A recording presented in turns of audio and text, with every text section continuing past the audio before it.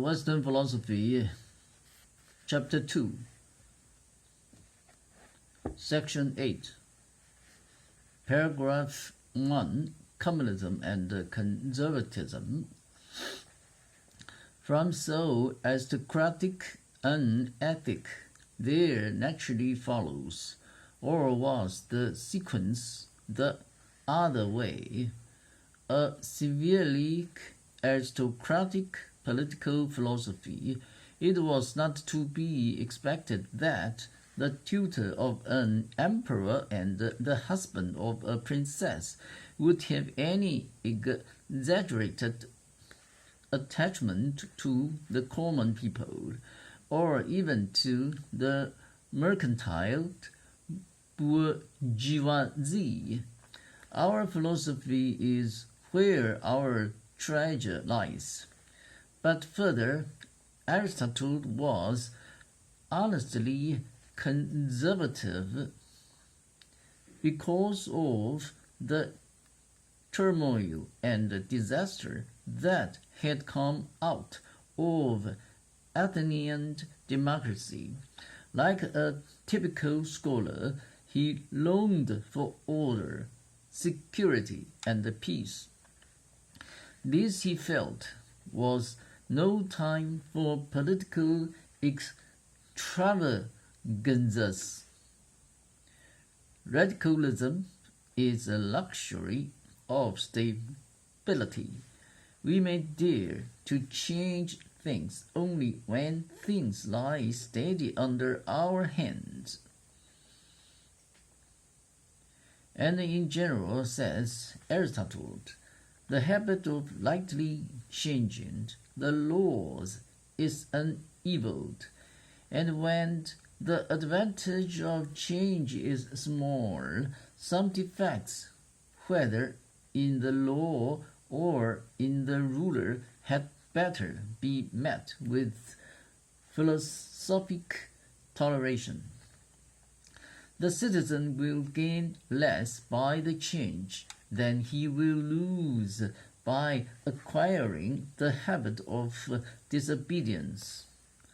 The power of the law to secure observance and therefore to maintain political stability rests very largely on custom, and to pass lightly from old laws to new ones is a certain means of weakening the inmost essence of all law whatever. Let us not disregard the experience of ages. Surely, in the multitude of years, these things, if they were good, would not have remained unknown. These things, of course, means chiefly Plato's communistic republic. Aristotle fights the realism of Plato about universals and idealism of Plato about government. He finds many dark spots in the picture painted by the master. He does not relish the baroque-like continuity of contact to which Plato apparently condemned his guardian philosophers.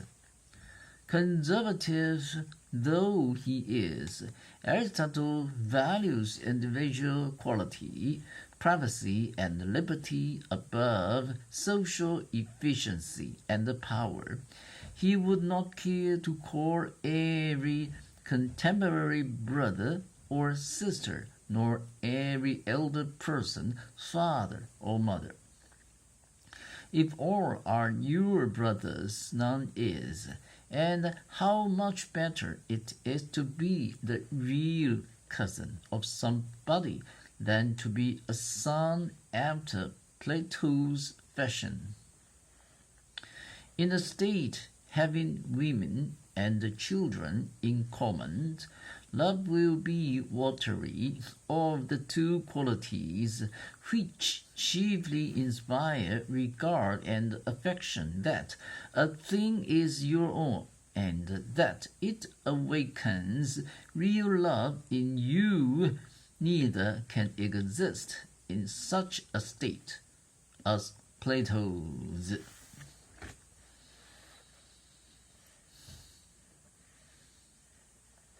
Perhaps there was, in the dim past, a communistic society when the family was the only state, and pasturage or simple tillage the only form of life. But in a more divided state of society, where the division of labor into an equally important functions elicits and enlarges the natural inequality of men, communism breaks down because it provides no adequate incentive for the exertion of superior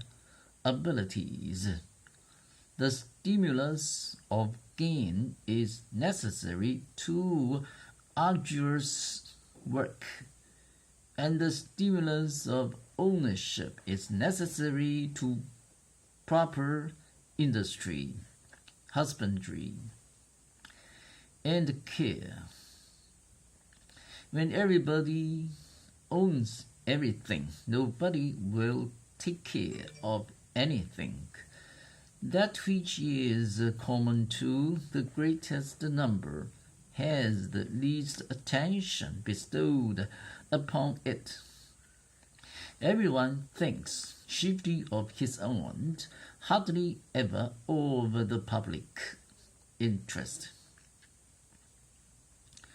And there is always a difficulty in living together or having things in common, but especially in having common property, the partnership of fellow travelers, to say nothing of the arduous communism of marriage, are an example to the point, for they generally fall out by the way and quarrel about any trifle that turns up.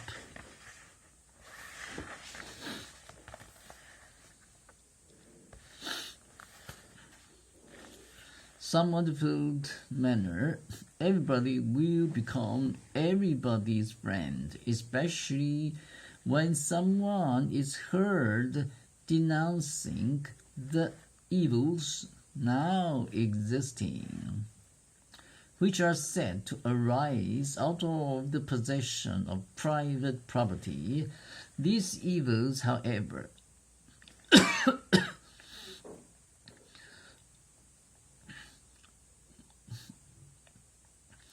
arise from quite another source: the wickedness of human nature. Political science does not make men, but must take them as they come from nature.